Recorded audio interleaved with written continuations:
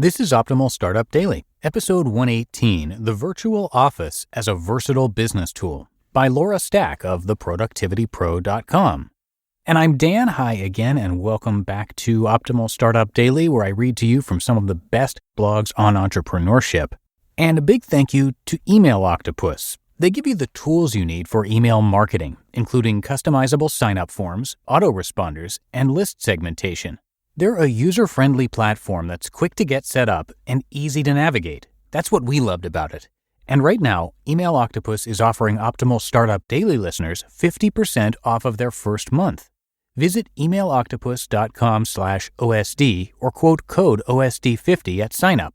Again, for 50% off your first month of email marketing, visit emailoctopus.com/OSD or quote code OSD50 at sign-up. All right, now today's author, Laura Stack, or the Productivity Pro, is narrated across a few of our podcasts, and to hear all of them, just search for Optimal Living Daily wherever you're hearing this. But for now, since you're here, let's get right to today's post as we optimize your life. The Virtual Office as a Versatile Business Tool, by Laura Stack of theproductivitypro.com.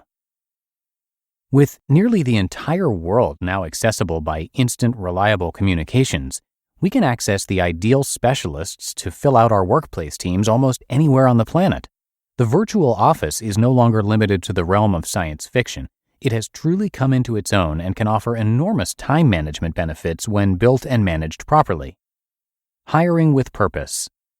Your first challenge will be finding the right people to staff your virtual office. However, that's an issue with any team, virtual or not. You usually won't meet candidates face-to-face, which may make it difficult to get a feel for their personality, integrity, and skill set before you hire them. Body language tells us a great deal, more than most people realize. But again, technology can come to your rescue here with webcams and video conferencing. Even a simple application like Skype can give you a good idea of what a prospective employee looks and acts like. On the other hand, you won't be working with the employee as you would in a centralized office. In the end, results count, so who cares if your candidate for chief programmer doesn't understand the concept of indoor voice? You really need to know if he can provide great work on time. Check his references carefully and keep digging until you're satisfied with the results. If he stands up to scrutiny, hire him. If he can't cut it later, replace him. It's a pain, but much easier to do than it would be if he was enmeshed in your company's benefits net. Take special care to align each candidate's skill set with those of the rest of your team. Each should complement the others and fill gaps in your team's existing complex of technical expertise. Given the wide variety of freelancers available on staffing sites like Guru, Elance, and Scriptlance, take the time to engineer the best fit possible. If you can, hire someone whose skills overlap an existing team members to some extent, so they can pinch hit if the other becomes ill, has family issues to deal with, or suddenly leaves the team. Coordinating. While a standard office can maintain a traditional schedule, this won't work for a virtual office, especially one with team members on different continents. When it's 3 p.m. in Chicago, where your tech writer lives, it's 2 a.m. in Mumbai, home of your webmaster. And consider the fact that even in the continental U.S., you have to deal with 3 time zones.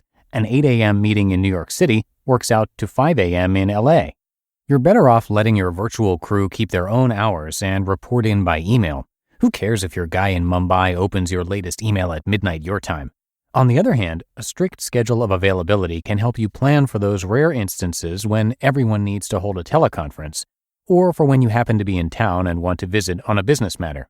This holds especially true if they work for you full-time. Ask them to provide their daily schedule in GMT.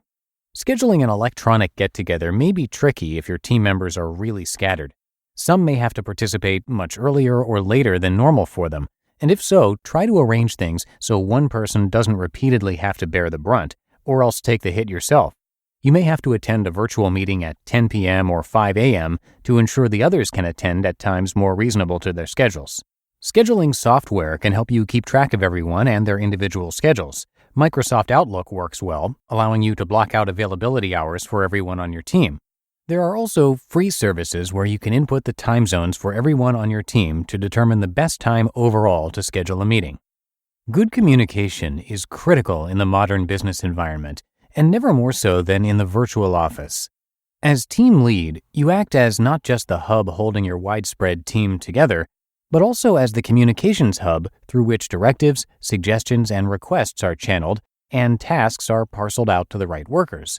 Fortunately, you have plenty of tools to help you manage your time, from instant messaging, which can be surprisingly useful to a distributed team, to online forums, email, Skype, and the good old-fashioned telephone.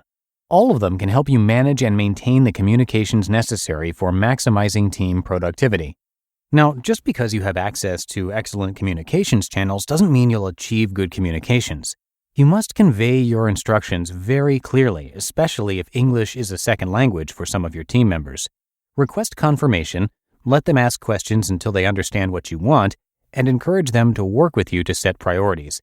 Ask for updates on a regular basis, but be careful here. If you ask for them too often, you'll slow down completion of the actual task.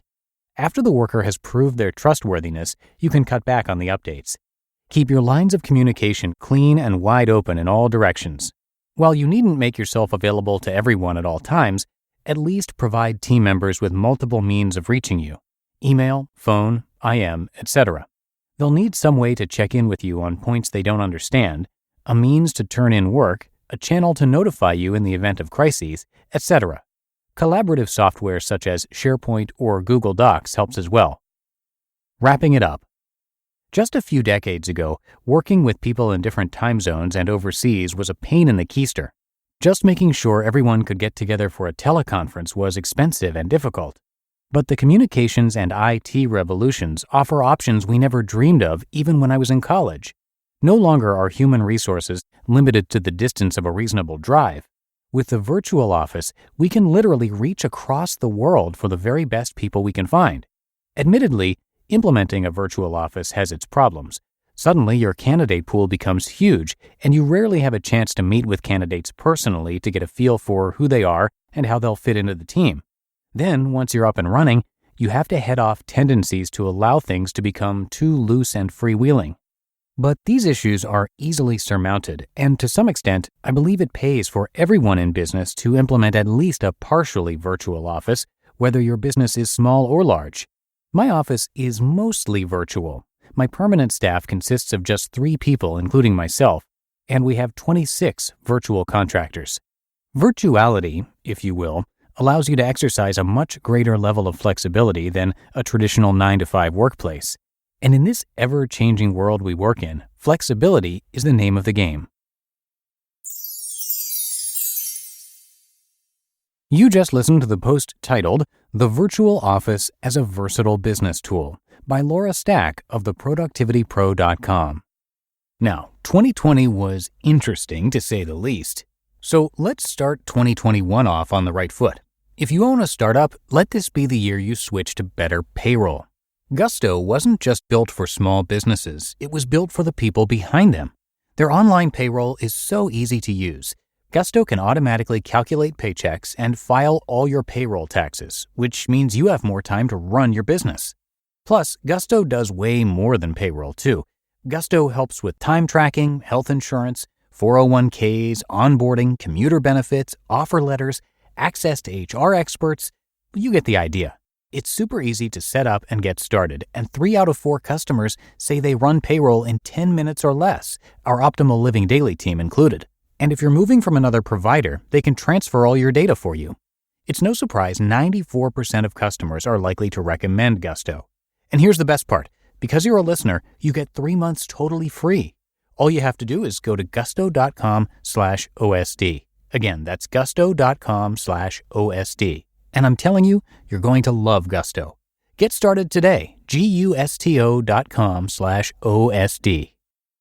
And thank you to Laura. She is an award-winning keynote speaker and the best-selling author of 8 books. She's obviously known as the Productivity Pro for good reason. Her engaging personality, combined with over 25 years of experience helping organizations achieve results, have made her one of the most sought-after experts and keynote speakers in her field. Laura's been featured in the New York Times, USA Today, the Wall Street Journal, Entrepreneur, and Forbes magazine, and has been a spokesperson for Microsoft, Danone, 3M, Office Depot, Xerox, and more. And if that wasn't enough, her client list includes top Fortune 500 companies, including Starbucks, Wal-Mart, Bank of America, GM, Wells Fargo, and Time Warner, plus government agencies such as the United States Air Force Academy, the Census Bureau, the U.S. Senate, and even the IRS. There's a lot to learn from her, so come by theproductivitypro.com for a lot more. She has her videos, books, store, newsletter, and blog all right there for you. Again, that's theproductivitypro.com. And thank you again to Laura for letting us share her work. But I think that does it for today's show. I thank you so much for being a subscriber. Have a great rest of your day, and I'll see you back here tomorrow, where your optimal life awaits.